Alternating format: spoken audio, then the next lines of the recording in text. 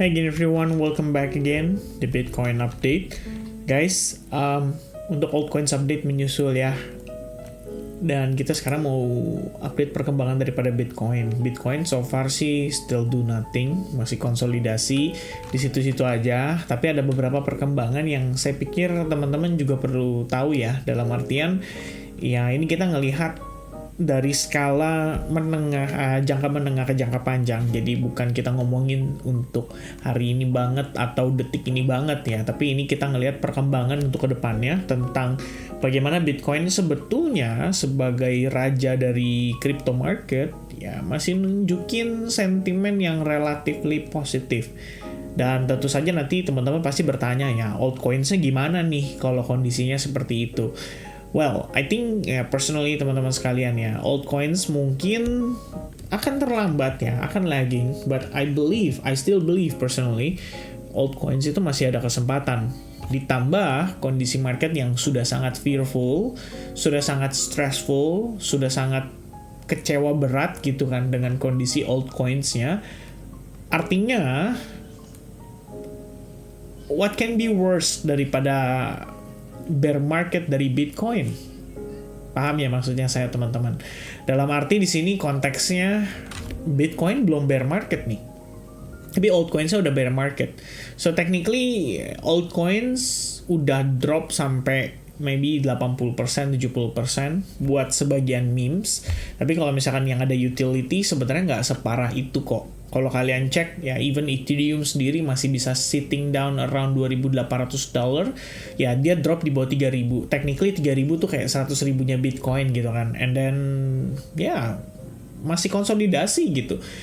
Dan ada beberapa koin-koin DeFi, which means kita lihat hari ini Bera Chain itu akhirnya ngelisting koin Bera ya di Binance dan juga di Bybit setahu saya. Jadi salah satu exchange besar di sini, dan alokasinya sekitar 48,9% untuk community. Nah, ini listingnya dicek seperti Binance dan Bybit. Ya, I think it's quite good ya. It's quite big ya. It's a sign juga kalau market itu masih ada ya bisa dibilang masih ada niatan lah ya untuk membawa hype kembali atau build up kembali hype-nya sehingga exposure terhadap altcoins bisa kembali. Tapi memang untuk saat-saat ini saya pikir semua mata tertuju pada Bitcoin, jadi kita nggak bisa mengharapkan ada sesegera mungkin activity itu. Dan kalau misalkan contoh nih ya, kayak kemarin kan kita ada bahas ya sama teman-teman trio Quack, kayak Ko Sylvester ada bilang kayak ya dia udah sedih banget lah, udah anggap ada nggak ada gitu altcoins gitu ya. I think ya that's a sign bahwa sentimen negatif itu bisa ngedorong market pada akhirnya untuk memasuki potential area bottom gitu. I mean, siapa lagi yang mau nge-sell gitu kan? All the retails yang udah kecewa itu technically mereka udah sell off. So what can be worse gitu daripada Bitcoin yang bear market gitu. Kalau Bitcoinnya udah masuk ke fase bearish atau fase bear market, ya saya rasa itu adalah akhir ya daripada altcoins-nya. Jadi apakah altcoins masih bisa dapat kesempatan ya? Probably 1 atau 2 kali rally di altcoins saya rasa akan cukup ya untuk menutup pergerakan bull cycle tahun ini. Dan biasanya sih dari cycle-cycle sebelumnya selalu diakhiri dengan altcoins yang rally, walaupun mungkin nggak semua altcoins ya, karena kali ini altcoins itu dari segi, kita bilang dari segi supply atau dari segi penawaran, tokennya udah terlalu banyak dibandingkan dengan era-era sebelumnya atau cycle-cycle sebelumnya, yang pastinya akan lebih sulit lah untuk altcoins bisa ada performance seindah dulu. Ya kira-kira begitu. Ya tapi itu sedikit pandangan yang mungkin saya pengen sharing sama teman-teman ya. Terlepas dari kalian berbicara bahwa itu halu dan lain sebagainya, ya itu memang perspektif masing-masing ya. Saya pikir terlalu banyak mengharap juga memang tidak baik ya. Alhasil kekecewaannya semakin dalam gitu kan teman-teman sekalian. Tapi memang faktanya adalah market selalu seperti itu gitu loh. Kita nggak pernah ngelihat market itu bisa bullish kalau nggak ada bearishnya dulu ya. Semua dimulai dari momen frustratednya, baru kemudian ada trigger market bisa rally. Itu terjadi di 2021, terjadi di 2018, ya you name it lah teman-teman sekalian ya. Prosesnya semua berlangsung seperti itu dan sama banget gitu loh. Kalau misalkan sekarang kita juga harus melalui proses itu dengan ekspektasi ada potensi dia rebound, saya rasa itu adalah hal yang cukup normal saja ya. Kita nggak bilang ini kayak terlalu hopium, tapi lebih ke normal teman-teman sekalian. Karena memang faktanya kayak gitu. Kalau nggak ada darah, whales nggak bisa serok. Kalau whales serok, whales nggak bisa take profit. Itu aja teman-teman sekalian ya. Kalau nggak ada retailnya. Dan kita semua tahu retails always late. Ya, mereka selalu masuk di momen market udah rally. Dan pada case ini, korban yang mungkin terasa di Januari dan Februari ini adalah mereka yang FOMO di November. Ya kan, waktu Donald Trump, boom, dia menang, and then pump hard, kenceng banget. Desember dia top, and then start consolidating, Januari mulai crash, and then Februari kita fearful. Secepat itu teman-teman sekalian ya. November FOMO, Desember berharap ya sehingga banyak orang ikut masuk di situ. Januari fearful, Februari tanggal 6 semakin fearful. Luar biasa memang ya. But yeah, that's market teman-teman sekalian ya. Nanti kalau misalkan suatu saat ada mulai indikasi-indikasi rally, semuanya akan sesegera mungkin juga pasti akan greedy lagi ya, dan itu akan berlangsung dalam waktu yang relatif singkat. Makanya saya katakan seperti itu. So, apa aja nih ya sebagai indikasi kalau market tuh sebetulnya masih ada pengharapan. Satu, memang kekhawatiran atas tarif dagang itu masih menghantui kita, dan soal US dan China untuk de-escalate itu artinya menurunkan tensi ya daripada tarif dagang yang diterapkan satu sama lain, itu belum ada omongan. Tapi memang saya tadi ada ngecek kalau dari sisi China sendiri juga mereka memang membuka komunikasi, tinggal nunggu aja ya kapan Donald Trump angkat teleponnya, itu aja ekspektasinya. Dan maybe market bisa slowly recover dari tekanan jual yang berlangsung dalam beberapa waktu terakhir. Karena Kanada sama Meksiko udah beres, dan kita bisa lihat Kanada Meksiko beres, Bitcoin naik dari 90.000 balik lagi ke sekitaran sekarang ada di 98.600 ya, masih back and forth di situ-situ aja teman-teman sekalian. Tapi ya reactionnya positif gitu. I mean kita dibanting hanya untuk nge-sweep liquidation levels daripada leverage, open interest juga diturunin penumpangnya, and then beres teman-teman sekalian. And yeah, let's continue ya ke beberapa pertimbangan-pertimbangan lainnya. Salah satunya adalah dari suku bunga. Jadi kalau teman-teman cek nih ya, ini kan central bank rates nih. Sebenarnya mungkin Fed nahan suku bunga, tapi kalau kalian memperhatikan ya, Bank of Canada itu baru pangkas suku bunga. European Central Bank juga baru pangkas suku bunga dari 3,15 ke 2,9%. Itu kan QE, technically ya. Berlangsung mungkin nggak di US, tapi di Euro. Oke. BOE alias Bank of England hari ini banget jam 7 malam nanti akan melakukan pemangkasan suku bunga juga. Angkanya 4,75 ke 4,5%. Which is good teman-teman sekalian. Berarti apa? Menandakan kalau ya kita bisa bilang secara liquidity dari US mungkin ya sekarang ditahan-tahan nih pemangkasan suku bunganya gara-gara ada berbagai hal ya yang mempengaruhi seperti kebijakan tarif dagangnya Donald Trump. Tapi in the end mereka juga akan ngikut kok. Ya, kita udah ngelihat dari JOLTS job opening juga yang angkanya sebetulnya minggu ini waktu dirilis itu cenderung turun ya. 8,15 million jadi 7,6 million. Ini turunnya 500 ribuan lebih ya. Kalau bisa dibilang 556 ribu teman-teman untuk lowongan pekerjaan. Yang artinya ada perlambatan ekspansi dong dari pebisnis, sehingga kita bisa katakan beresikolah meningkatkan pengangguran di US nantinya. Oke, tapi untuk saat ini kan report Desember ya, kita belum tahu. Kalau reportnya Desember ya efeknya biasanya terasanya Januari. Jadi kita mesti lihat juga dari unemployment rate Januarinya nih. Nah, yang akan dirilis datanya per hari Jumat. Jadi saya rasa pelaku pasar ya, selain membuat Bitcoin konsolidasi di sini-sini aja, kan kalau kita lihat di sini Bitcoin technically masih back and forth guys ya. Sejak hari Rabu kemarin sampai dengan hari ini kita nggak ngelihat dia kemana-mana kok. Topnya di 98.000, bottomnya di 96.000. Cuman $2.000 guys pergerakannya.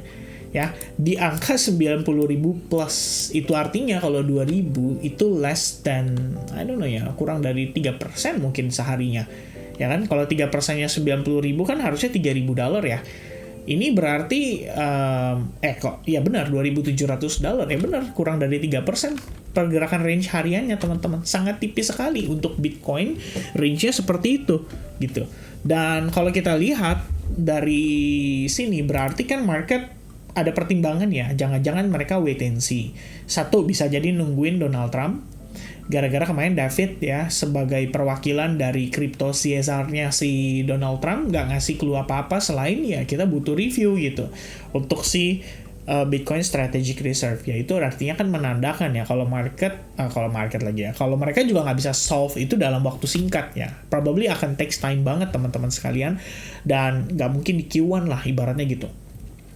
Namun dari sisi yang lain, mungkin di luar daripada David dan juga Donald Trump, bisa jadi mereka nunggu non-farm payrolls di hari Jumat nanti. Saya udah pernah bahas sama teman-teman, kalau unemployment rate technically itu juga ngasih impact pergerakan yang cukup signifikan buat Bitcoin. Ya buat beberapa case ya. Mungkin nanti di next video update, which means ini kan hari Kamis ya. Ya Jumat lah ya, a day before atau a moment before NFP, nanti akan saya update ke teman-teman dan kalian bisa lihat bagaimana sebetulnya pergerakan daripada Bitcoin itu memiliki korelasi dengan si non-farm payroll atau unemployment rate. Ini sama kayak CPI kita bisa track, FOMC juga kita bisa track. Ya, karena datanya ada tanggalnya nih jelas. Kalau Donald Trump kan dia bebas-bebas aja ya. Hari ini tiba-tiba dia tanda tangan tarif dagang baru dengan Uni Eropa, ya market berantakan lagi gitu, ya kan? Tapi kalau misalkan ya Donald Trump-nya juga kalem-kalem aja, mungkin dia fokusin dulu nih buat beberapa poin-poin yang harus dia finish. Di luar daripada itu, mungkin dia mikirin ya negosiasi sama China enaknya apa nih, karena kan dia juga kurang bargaining power teman-teman. Faktanya adalah importnya importnya US dari China itu gede nominalnya. Jadi ya bargaining power-nya dia sebenarnya kurang, tapi saya rasa dia tetap menjadikan tarif dagang sebagai alat untuk negosiasi ya. Itu senjatanya dia lah kalau kita bilang kayak gitu.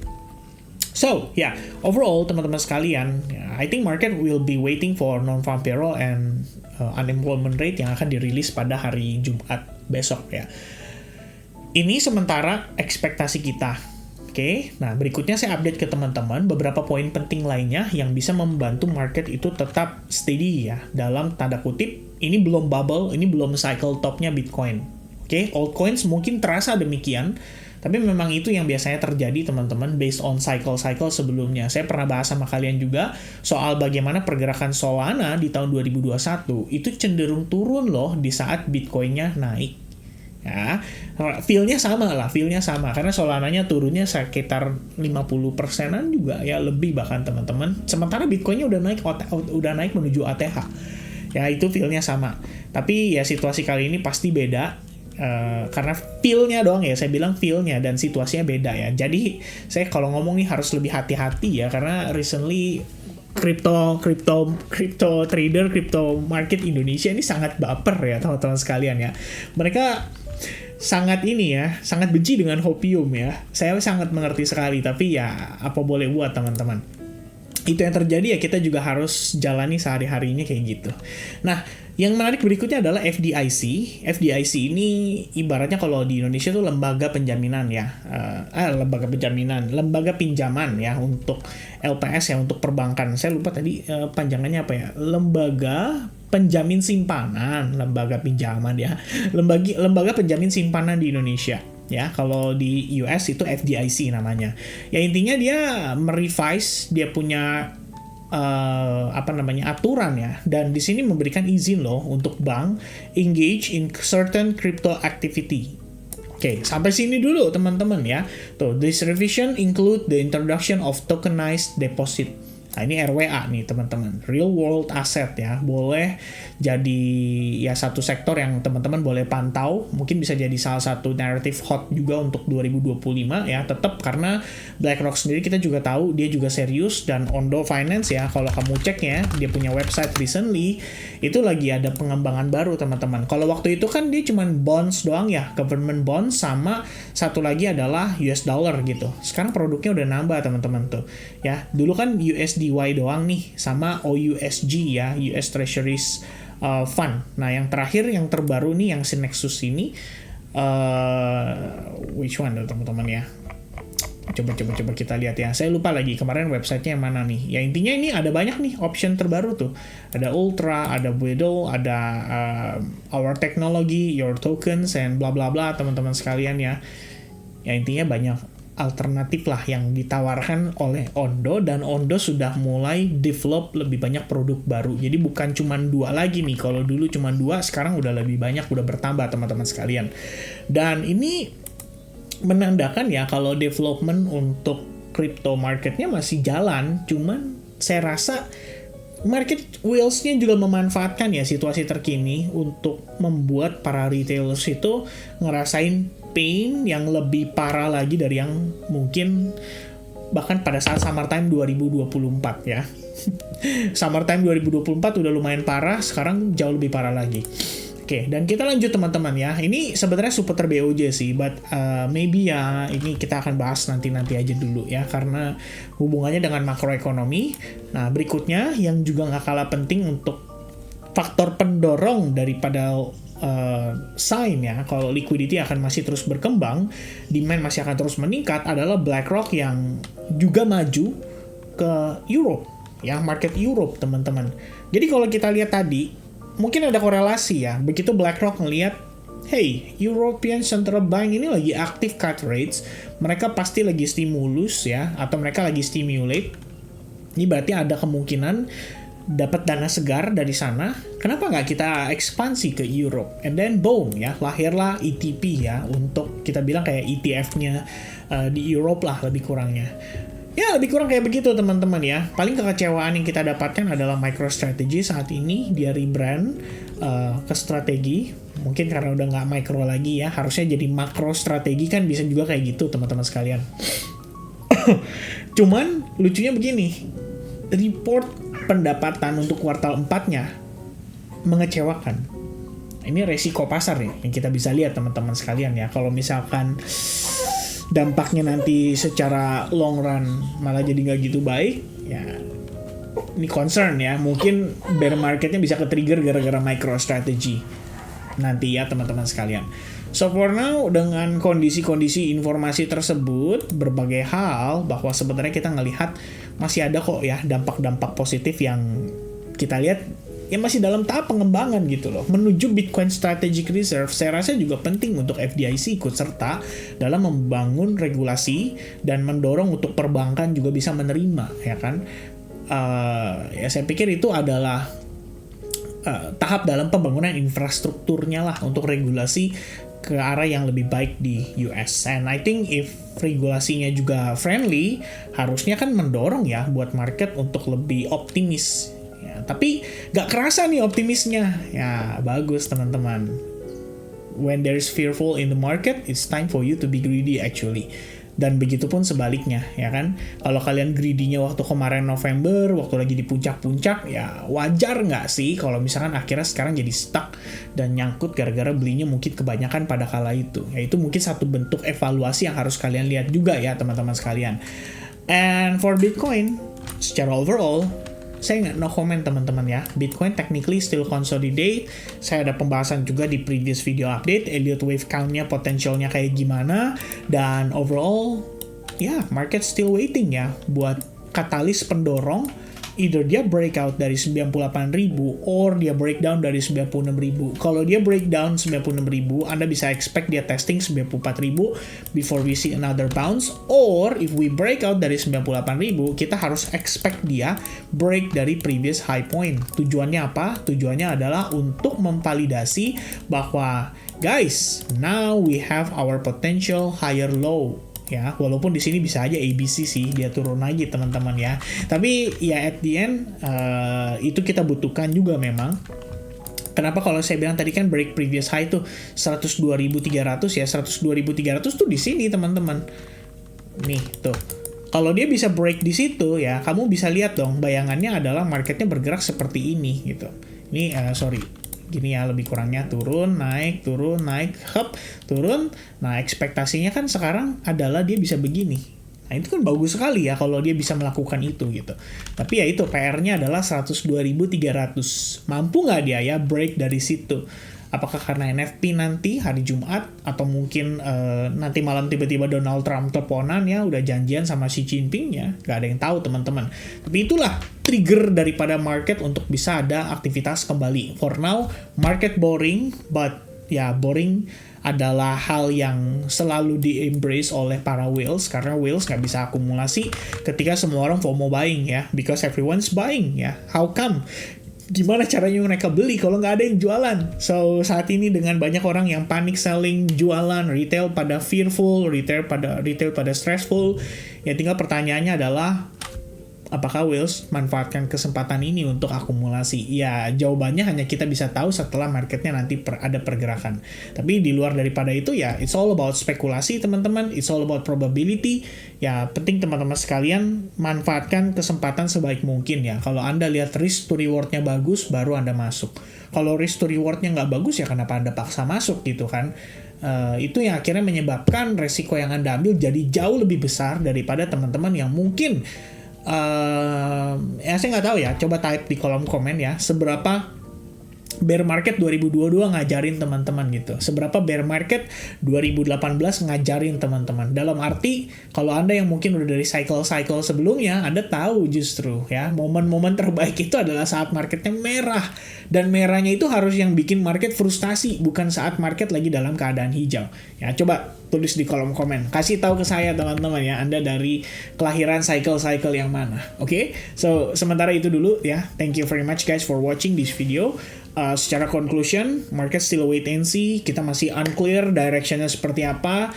Ya, kita juga butuh validasi, kita juga butuh konfirmasi. Ya, let's see teman-teman, market bisa create apa. Oke? So, God bless to everybody and see you guys again in the next update guys. Cheers, bye-bye.